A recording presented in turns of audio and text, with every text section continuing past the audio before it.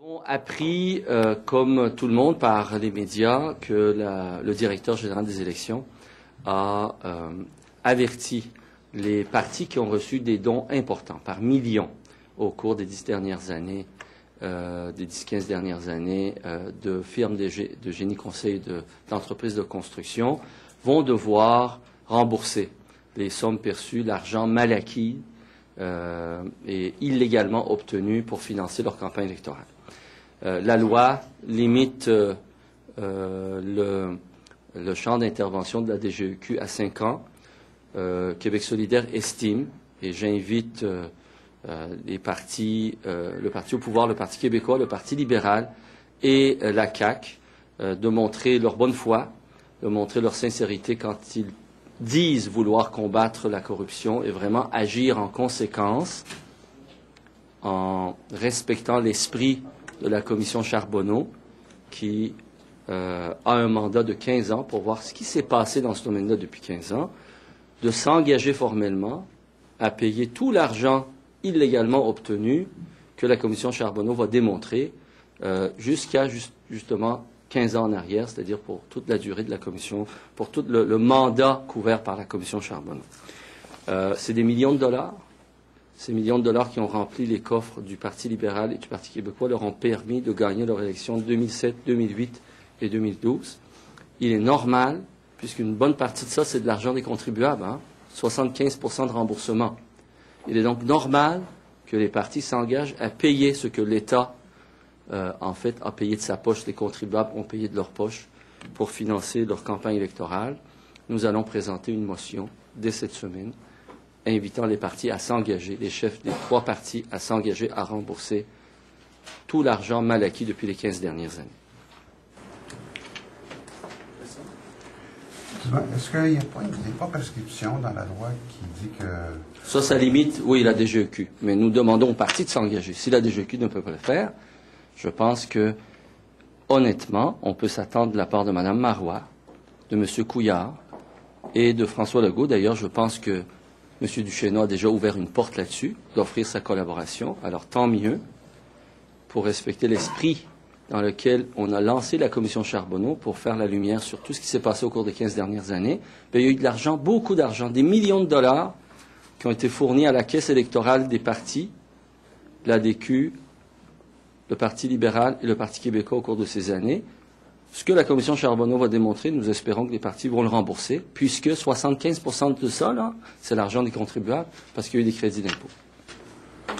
Vous aviez déjà exposé des apparences, en tout cas de prête-noms, qui se sont confirmées il y a quelques années. Le DGEQ, donc c'était en 2010, je crois. Oui. Bien ça. Et le DGEQ, avait obtenu une reconnaissance de culpabilité du côté d'Axor auprès d'autres entreprises de génie conseil. Qu'est-ce que vous pensez du fait que le DGEQ n'avait pas été en mesure à ce moment-là d'aller de l'avant? Je ne peux que le regretter. Je ne peux que m'en désoler. Il y avait des éléments dans la loi constitutive de la DGEQ qui ne lui donnait pas beaucoup de pouvoirs intrusifs. Des pouvoirs, par exemple, que la commission Charbonneau possède. Mais il y a aussi le fait qu'il y a des différences d'approche. Moi, je pense à la protectrice du citoyen, je pense au vérificateur général. Voilà 2 institutions combatives au service de l'intérêt public qui ont fouillé, qui sont allées au bout, jusqu'à la limite de ce que la loi leur permet. Je ne peux pas dire que le commissaire au lobbyisme, je ne peux pas dire que la DGEQ, je ne peux pas dire que le commissaire à l'intégrité et à la déontologie démontre la même combativité. Il y a une espèce de, une espèce d'indolence qui ne sert pas l'intérêt public. Maintenant, quel que soit le passé, aujourd'hui, je pense que l'opinion publique est tellement indignée de tout ce qui s'est passé qu'il est important que la DGEQ, mais aussi bien le commissaire au lobbyisme et M. Saint-Laurent, qui préside le commissariat, à la commission à la déontologie et à l'intégrité, ait une attitude le plus intrusive possible. Moi, je suis un député. J'aimerais qu'il soit le plus intrusif possible dans nos comportements, dans le comportement de nos partis, puis qu'ils servent l'intérêt public, qui leur demande de ne pas être complaisants vis-à-vis des formations politiques, puisqu'on a une pente collectivement à remonter de ce côté-là. et la DGEQ particulièrement, si on veut tirer les leçons du passé, nous, on a montré, avec les mêmes méthodes qu'on a montrées pour les firmes de génie conseil de la construction, que c'est la même chose pour les firmes d'avocats, des firmes de comptables, des firmes d'architectes. Donc, si on a le même symptôme, puis que dans le cas d'un autre patient qui s'appelait le domaine de la construction, on a diagnostiqué le cancer de la corruption et de l'obtention de faveurs et de contrats, bien, il faudrait que la DGEQ, cette fois-ci, s'attelle à faire un travail exemplaire pour établir les problèmes pour les firmes d'avocats et les firmes de comptables et les firmes de génie conseil. Une des firmes de comptables, il y a des firmes comptables très importantes là, qui ont énormément d'influence sur le destin politique du Québec. D'ailleurs, plusieurs anciens ministres vont travailler pour ces firmes-là. On leur offre des parachutes dorés. Il y a des raisons à ça. Madame Marois, donc, on voudrait que l'aveuglement volontaire, juste pour terminer, l'aveuglement volontaire dont tout le monde a fait preuve, l'aveuglement volontaire type Tremblay, là, Gérald Tremblay. On ne savait pas, on n'était pas au courant. Qu'on cesse d'insulter l'intelligence des gens, à la fois du côté des politiciens, M. Couillard, Mme Marois. Je ne pense pas que ce soit le cas de François Legault. Tout le monde admet à la CAQ qu'il y a un véritable problème. Il s'agit aussi pour nos institutions, la DGEQ, de se cesser cette espèce d'aveuglement. On sait ce qui s'est passé dans le domaine de la construction et du génie conseil. Là, il faut cesser de s'aveugler juste là-dessus. Il faut regarder plus large. La commission Charbonneau ne regardera pas les firmes de génie, les firmes de comptables. Ah oui, génie comptable. Il faut peut-être les appeler génie comptable. Ou les firmes d'avocats. Ce n'est pas dans le mandat de la commission Charbonneau. Donc, si pendant le temps qu'on s'affaire à regarder du domaine de la construction, on oublie ce qui se passe du côté des avocats et des firmes comptables, bien, le financement illégal, sectoriel des partis va continuer. Justement, Mme Marois a évoqué le fait qu'elle ignorait, que son parti ignorait. Elle a été catégorique dans sa réponse, là. En tout cas, à mon sens, elle ne pouvait l'être davantage. Par rapport à ce système de prête-nom, est-ce que vous la croyez? Je pense qu'elle insulte notre intelligence. On ne peut pas accorder une crédibilité à cette affirmation de Mme Marois. Ce n'est pas dans son intérêt de jouer le même jeu que M. Gérald Tremblay. On sait où ça mène. Mme Marois est la dernière à devoir ignorer ça. Sa campagne de financement pour la chefferie du Parti québécois, qui se déroulait, si je ne m'abuse, en 2005, dans ce bout-là, a été, je pense, à hauteur de 80% financée par les firmes de génie conseil. Mme Marois était ministre important dans les gouvernements Landry, mais surtout Bouchard.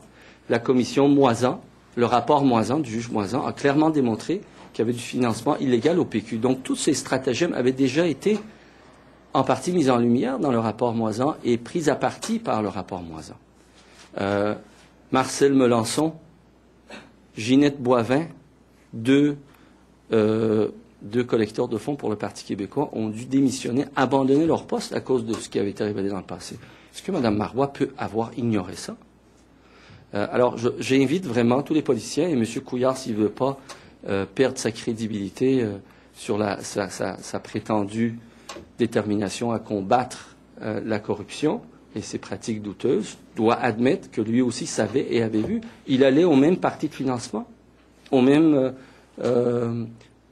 soirées, là, des cocktails où on ramassait des milliers de dollars. Là. Ça n'a pas commencé après son départ de la politique. C'est des Marc Bibot, alentour de M. Charest, un des plus grands collecteurs de fonds du Parti libéral depuis des années, probablement le meilleur avis en termes de moyenne au bâton, était actif au début des années 2000 quand M. Couillard était en poste. Ces partis-là, le PQ, n'aura pas les moyens financiers, peut-être même pas les libéraux, de remettre tous les millions de dollars dont vous parlez en ce moment. C'est une obligation morale. Ils devront peut-être le payer. Je suis sûr que nous serons indulgents, puis nous leur permettrons de payer, prendre une hypothèque sur leur avenir et le payer, mais je pense que c'est une obligation morale. Je rappelle, M. Séguin, qu'ils ont gagné des élections avec de l'argent sale. Quelle est la valeur démocratique des élections qu'ils ont gagnées? Nous, on s'est battus à armes inégales avec des partis qui avaient rempli leur coffre de cet argent sale et le dépensaient en autobus, en campagne publicitaire, en placardage de tout le Québec. pour faire croire aux gens que c'était les seuls alternatifs au pouvoir? Je poursuivrai sur ce thème-là.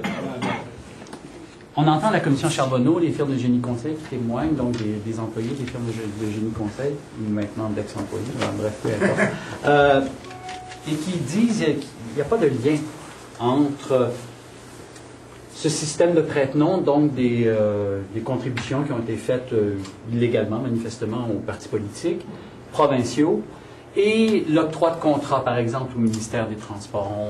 On met ça catégoriquement de côté, et les témoignages des employés des firmes de génie conseil sont convergents à cet égard. Qu'est-ce que vous pensez de ça? Ou est-ce que vous croyez à ce... Je suis d'accord. Ça, c'est d'abord des gens malhonnêtes et menteurs systématiquement. C'est des gens qui ont menti déjà il y a juste 3 ans. En 2010, quand la DGEQ est allée les voir pour dire s'ils avaient fait des dons illégaux, ils ont menti. Déjà. Alors, quelle crédibilité vous accordez à un menteur à répétition? Il est clair que des millions de dollars ne sont pas donnés pour les beaux yeux du Parti québécois ou du Parti libéral. Et c'est très clair il faut lire notre rapport, le financement sectoriel, celui qu'on a déposé l'année passée. Il y a des graphiques qui permettent de voir vraiment la corrélation avec l'approche des élections. Puis quand un parti est au pouvoir, il récolte 2/3, plutôt, sur le total qui est donné par ces firmes-là. Il y a toujours un lien avec la présence au pouvoir. Et ce qui est en plus très intéressant, c'est que ces partis-là pourraient toujours alléguer que c'est une question d'appui aux grandes orientations décidées par tel et tel parti. Mais si c'est le cas, comment ça se fait que les firmes donnaient systématiquement aux 3 partis? Quelle est la valeur démocratique de ça? Si c'est pour les grandes orientations, on ne pouvait pas être à la fois d'accord avec le Parti libéral, le Parti québécois et l'ADQ. Non, je pense qu'il faut accorder aucune crédibilité à des gens malhonnêtes et menteurs par-dessus le marché. Parce que les mêmes firmes qui nous ont dit il y a 3 ans, qui ont dit à la DGEQ qu'ils n'avaient pas fait du financement par prête-nom, aujourd'hui viennent dire devant la commission Charbonneau que c'était le cas. Alors, dans quelques temps, ils vont devoir aussi admettre, quand on va présenter les faits, qu'ils ont obtenu des contrats en retour. Regardez juste l'insanité des contrats pour les mini-centrales. Où Hydro-Québec, sous commande du gouvernement, ou encore on peut dire le Gentilly 2. Gentilly 2, c'était un contrat à SNC-Lavalin au départ. C'est des firmes de génie conseil. On a dépensé des milliards de dollars en trop alors que Hydro-Québec savait que c'était à perte. Pourquoi on l'a fait? C'était pas pour les firmes de construction, c'était pour les firmes de génie conseil. Dans le développement des projets de mini-centrales, c'était surtout les firmes de génie conseil qui empochaient le gros de toute l'opération. Sur un autre sujet, M. Kadir, je ne sais pas si vous avez eu la chance d'avoir notre reportage hier sur l'amiante. Je suis curieuse de savoir, à votre avis, à quel point le gouvernement fait preuve de suffisamment de transparence dans le registre de l'amiante et des édifices publics, notamment de santé et de services sociaux qui en contiennent. Je suis désolé d'avoir manqué votre reportage, mais c'est un sujet que je connais quand même un peu. Depuis plusieurs années déjà, Québec solidaire réclame, avec par exemple la Société pour vaincre la pollution, réclame que le gouvernement fasse la lumière. On est dans un pays démocratique où nous payons notre argent pour s'assurer que le gouvernement gère la chose publique dans notre intérêt et dans la protection de notre santé. On a dépensé des centaines de millions de dollars quand on avait une possibilité de menace à notre santé pour le virus H1N1. Comment ça se fait qu'on prend au sérieux une telle chose lorsqu'il s'agit de dépenser des centaines de millions de dollars qui vont à une compagnie pharmaceutique, mais on ne trouve pas le même, je dirais, souci et sensibilité au danger quand il s'agit de l'amiante. Il y a des centaines d'édifices publics. Une liste a été déjà publiée par la Société pour vaincre la pollution. Il y a des centaines d'édifices publics où il y a de l'amiante. Il faut établir le registre complet parce que c'est incomplet et un plan pour qu'on sache comment on va décontaminer tout ça. Peut-être que dans certains cas, on n'a pas besoin d'agir dans l'immédiat, mais dans d'autres, il y a des mesures urgentes à prendre. Je pense que le public a droit de savoir. Vous pensez qu'elle existe, cette liste-là, des bâtiments contaminés à l'amiante? Bien, ceux qui ont réussi à obtenir la liste partielle pensent que cette liste existe, oui, étant les mains du gouvernement. Moi, je ne possède pas le dossier plus que ça, déjà, des demandes d'accès à l'information ont permis d'établir une liste partielle. Alors, j'imagine que le reste est connu. C'est exactement ça, le reportage, c'est qu'on a obtenu encore une liste partielle. Il manque encore des Oui. informations. Est-ce que le gouvernement ou la Société immobilière du Québec, dans l'occurrence, fait preuve de laxisme ou prend trop de temps avant de rendre public le... À chaque fois que ça menace une industrie, ça menace des intérêts industriels, malheureusement, le gouvernement agit dans le secret. C'est la même chose quand on parle de la poussière, là, alentour du port du Québec, des activités du port qui touchent Beauport, qui touchent Lévis, qui touchent, oui, Limoilou, mais aussi, comment ça s'appelle, Cap-Blanc, qui touchent plusieurs, en fait, presque entièrement, en fait, le grand quartier de Québec. Le gouvernement a tort de se retrancher dans le secret, parce qu'à long terme, on se nuit. C'est la qualité de vie de nos gens qui est menacée. Puis un jour, ça va nous péter dans la face. Comment vous expliquez ça, étant donné que le gouvernement du Parti québécois a quand même coupé tout espoir de relance des mines d'amiante? Ben, c'est sûr que c'est deux choses qui sont pas connectées. D'abord, c'est sûr que c'était plus possible de continuer une industrie toxique qui cause le cancer. Maintenant, le gouvernement est devant une situation où il va devoir s'engager à décontaminer, à dépenser pour s'assurer que nos édifices sont exempts d'amiante. Puis là, il fait preuve de non-transparence. C'est pas dans l'intérêt de la population du Québec. Sujet, à moins que... juste une précision. Est-ce qu'à votre avis, il est temps de vraiment se pencher sur la question de l'utilisation de l'amiante de façon générale? Parce que le ministre de la Santé a encore confirmé ce matin qu'au CHUM et au CUSUM, il y a 6 mois, dans les derniers 6 mois, on a utilisé de l'amiante dans la tuyauterie. Alors, est-ce qu'il est temps de faire une réflexion sur la production, l'exportation de l'amiante au Québec et mettre fin définitivement? J'aimerais rappeler au ministre que des alternatives à tous ces produits-là existent. Peut-être que pour certaines utilisations dans l'exploration spatiale, dans certaines utilisations pour la protection des pompiers, dans des cas extrêmes, il est peut-être encore envisageable d'utiliser l'amiante. C'est possible.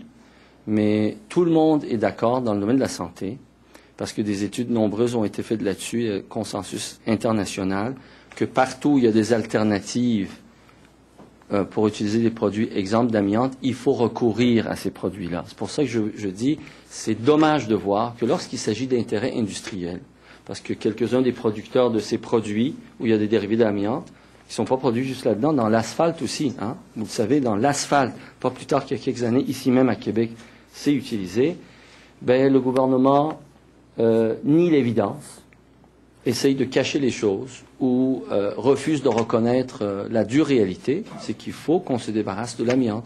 Ça a fait notre prospérité il y a une centaine d'années, jusqu'à la fin des années 60, début des années 70. Maintenant, on est rendu en 2013. Il est temps que le ministre de la Santé du Québec, collectivement aussi, on reconnaisse qu'il faut en sortir et arrêter de nier l'évidence. Donc, pas juste en débarrasser, mettre fin à son utilisation. Okay, d'accord.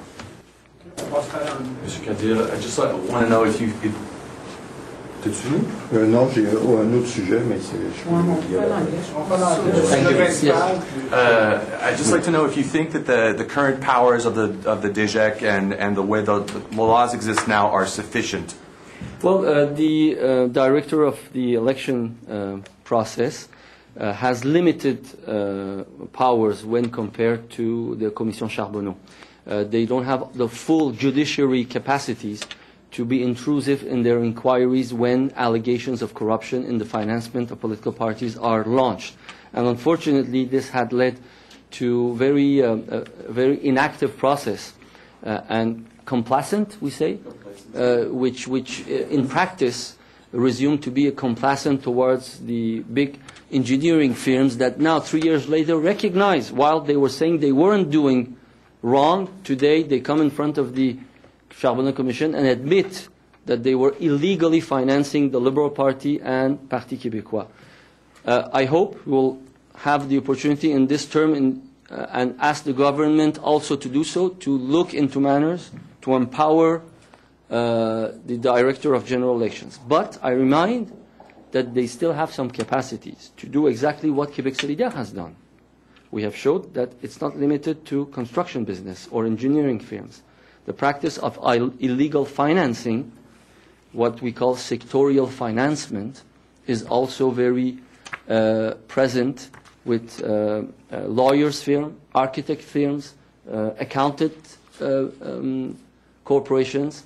So the DGEQ now has the capacity to look into that. We hope they will do. But the only way to establish disguised corporate donations is to go into people's bank accounts and show the reimbursement from the firm to the person. So who has the right to do that? Who can do that? Well, I guess the DGEQ can have a judge's subpoena to do so. And I think no judge will refuse if the Directeur Général des Élections shows sufficient indications based on past history and what we know to convince any judge that it's appropriate for the DGEQ to look into these accounts, to cross-check, and not just found its conclusions on the admission by the corporate elite that they have done wrong or not. What was done in the past? Because 3 years ago, when we showed our figures, the DGEQ just sent a letter to them asking them, did you finance illegally? Did you use disguised donations or not? And out of 4 important firms, 3 said no. Only 1 admitted. And the DGEQ didn't go further. And that's not combative. I remind you, there are some other institutions which really work hard for the public interest. Vérificateur Général of Quebec, the Protectrice des Citoyens. So within their power, depending on their attitude, they can go very far. Now, I just want to clarify exactly what it is you're asking for today. Do you feel that the Parti Québécois and the Quebec Liberal Party should are morally obliged, as you put Absolutely. it, to start reimbursing now, or should they wait until the chief electoral officer produces a report? Depends on them. I think it's better as soon as they can because there are millions at stake. Okay, it's literally millions. A million, about. Yeah, that's just one firm. Okay, there are construction firms, many, and many engineering firms. But it will come. Okay, but what is already shown in front of the Commission, if they have a little bit of, I would say, vision of the future and are really sincere in their pretension that they want to turn the page and stop this illegal financement, is to show contrition, because 3/4 of those donations were financed by taxpayers because there were tax credits attached to them. So taxpayers have permitted these parties to gain illegal donations and to finance, and they won their election with dirty money. So they have to pay for that. Oui. Je fais une précision. L'agrandissement de l'Hôtel-Dieu, le projet semble être en voie d'être abandonné. Est-ce que vous êtes d'accord? Ben, on n'est pas contre, parce que je pense que c'est un consensus d'un édifice qui est vétuste. Si les analyses permettent de croire qu'on peut déplacer ces activités à Saint-François-d'Assise, n'est-ce pas? Donc, aussi bien faire ces investissements majeurs, je crois qu'ils se montent à plusieurs centaines de millions de dollars. Un endroit qui présente moins de difficultés sur le plan, disons, physique.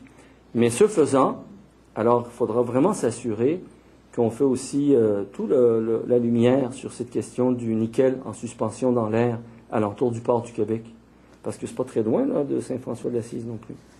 Pour ce qui est du projet d'agrandissement, vous êtes plutôt d'accord. Est-ce qu'il y a aussi un élément architectural qui rentre en ligne de compte? On a parlé aussi que c'était dans le Vieux-Québec, que c'était peut-être pas la meilleure chose, même si On a connu les mêmes problèmes à Montréal avec l'Hôtel-Dieu du Québec. C'est des vieux bâtiments, parfois de plusieurs centaines d'années. Parfois, il faut... Oui, c'est ça.